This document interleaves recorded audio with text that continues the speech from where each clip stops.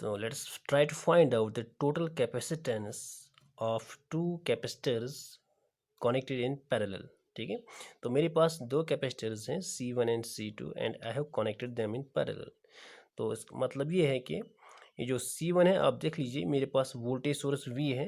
ये voltage source V is directly connected point P here and यहाँ से directly connected point Q। इसका मतलब पॉइंट P और पॉइंट Q के दरमियान जो पोटेंशियल डिफरेंस होगा वो भी सेम होगा, that is V। Okay, P और Q के दरमियान भी सेम पोटेंशियल डिफरेंस होगा। ठीक है, अब C1 जो आप देख लीजिए, C1 का plate A it is connected to point P, C1 का plate B it is connected to point Q। इसका मतलब ये हुआ जो C1 है मेरे पास capacitor C1, this is again connected between point P and point Q। That simply means इस C1 के प्लेट्स के दरमियान जो पोटेंशियल डिफरेंस होगा वो भी सेम होगा, दैट इज V। तो यहाँ पर भी पोटेंशियल डिफरेंस V होगा। ठीक है, सिमिलरली इसका प्लेट C2 का plate A this is again connected to point P and the plate B is again connected to point Q। इसका मतलब ये हुआ जो C2 है मेरे पास it is basically connected between points P and Q। चूँकि पॉइंट्स P एंड Q के दरमियान मेरा पोटेंशियल V है, अप्लाइड वोल्टेज जो है, तो इसका मतलब कैपेसिटर C2 के प्लेट्स के दरमियान भी सेम पोटेंशियल होगा। So that is called again the V। Okay, लेकिन एक चीज़ डिफरेंट होगी यहाँ पर, वो ये है कि जो चार्ज फ्लो होगी यहाँ से Q, that will divide into two, है ना, वो उनकी उसके दो हिस्से होंगे। ठीक है, तो थोड़ा चार्ज जो थोड़ी चार्ज यहाँ से होगी, let that charge will be Q1 for example, और थोड़ी चार्ज यहाँ से फ्लो होगी and let that charge will be Q2। ठीक है, सो C1 के थ्रू चार्ज Q1 फ्लो हो रही है और C2 के थ्रू चार्ज Q2 फ्लो हो रही है। सो ये मेरा डायग्राम है बेसिकली। ठीक है, नाउ हम इसको कैसे करेंगे, हमें पता है जो मेरे पास चार्ज Q है, टोटल चार्ज जो मैं अप्लाई कर रहा हूँ दैट चार्ज Q। ठीक है, दिस चार्ज Q चूँकि इसके दो हिस्से हो गए, देन चूँकि चार्ज जो है this obeys the algebraic laws of addition. ठीक है, so Q can be written as this Q1 plus Q2। So I can write Q as Q1 plus Q2। ठीक है, ये जो Q होगा ये बराबर होगा Q1 प्लस, इनके सम के बराबर होगा। ठीक है, so Q is called Q1 plus Q2। ठीक, और ऑलरेडी जो मेरे पास टोटल कैपेसिटेंस होगा, total capacitance, let that total capacitance be for example CP, उसको मैं लिखूंगा CP, P means here parallel. ठीक है, because the two capacitors are connected in parallel, so let the total capacitance of this arrangement is equal to CP। ठीक है, and the total potential difference applied across the two terminals P and Q, total potential difference मैंने कितना apply किया, that is V, है ना। ठीक है, अब टोटल चार्ज जो फ्लो हो रही है दोनों कैपेसिटर के through that is equal to Q। So according to the definition of capacitance we know CP will be equal to total charge flowing that is Q here divided by total potential difference across the plates. ठीक है, और total applied voltage that is V।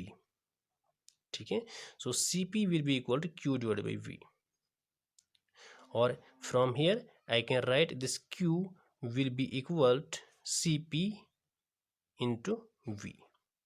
Okay, ये तो overall capacitor की बात हो गई, overall capacitance की बात होगी। अब अलग अलग कैपेसिटर्स की बात करेंगे। Now what is for C1, what is the relation for C1।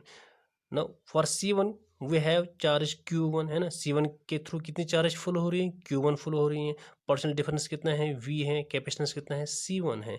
तो यही वाली रिलेशन इसके लिए अप्लाई करेंगे, तो I will get Q1 is equal to C1 into V, है ना। और इसी तरह फॉर कैपेसिटर C2 मेरे पास चार्ज Q2 है, पोटेंशियल V है और कैपेसिटेंस C2 है, तो ये रिलेशन अप्लाई करेंगे। So I will get Q2 is equal to C2 into V। Okay, so using these three relations, in this relation, so what I found, Q is equal to CP into V is equal to Q1 is equal to C1V, so it is C1V plus Q2 is equal to C2V। ठीक है, तो यहाँ से आप CPV को ऐसे लिख सकते हो, it is equal to C1 plus C2, और जो V है क्योंकि वो कॉमन है तो उसको बाहर निकालेंगे, ऐसे रखेंगे। ठीक है, so this V and this V will go, what I found CP will be equal to C1 plus C2। तो इसका क्या मतलब हुआ, इसका मतलब ये हुआ कि जब हम दो कैपेसिटर्स को कनेक्ट करते हैं पैरेलल में, जो ओवरऑल कैपेसिटेंस होती है that basically increase, because that is equal to the sum of the capacitors. ठीक है, इन दोनों का सम, जो टोटल कैपेसिटेंस होगी इस अरेंजमेंट की, that will be equal to sum of the individual capacitances. ठीक है, सो ओवरऑल कैपेसिटेंस जो होती है दैट इंक्रीज। ठीक है, अब अगर आपके पास 3 कैपेसिटर होंगे तो आपकी फॉर्मूला क्या बनेगी? देन आपकी formula C1 plus C2 plus C3 बनेगी। अगर 4 होंगे तो 4 कैपेसिटर के लिए C4। इसी तरह आप जितने भी आपके पास कैपेसिटर होंगे आप उनको बस सिंपली सम करते करते जाएंगे। ठीक है, and you will find out the total capacitance. ठीक है, सो in concluding, I will say that if you want your arrangement to have a large capacitance, अगर आप चाहते हो कि आपके अरेंजमेंट में बहुत ज़्यादा कैपेसिटेंस होनी चाहिए, तो आपके पास जो अरेंजमेंट हैं, ठीक है, आपको उनको उन कैपेसिटर्स को पैरेलल में कनेक्ट करना पड़ेगा। 3 कैपेसिटर्स होंगे, 4 कैपेसिटर्स होंगे, तो उनको पैरेलल में आप कनेक्ट करेंगे तो आपका जो ओवरऑल कैपेसिटेंस होगा that will definitely increase. Okay, thank you very much.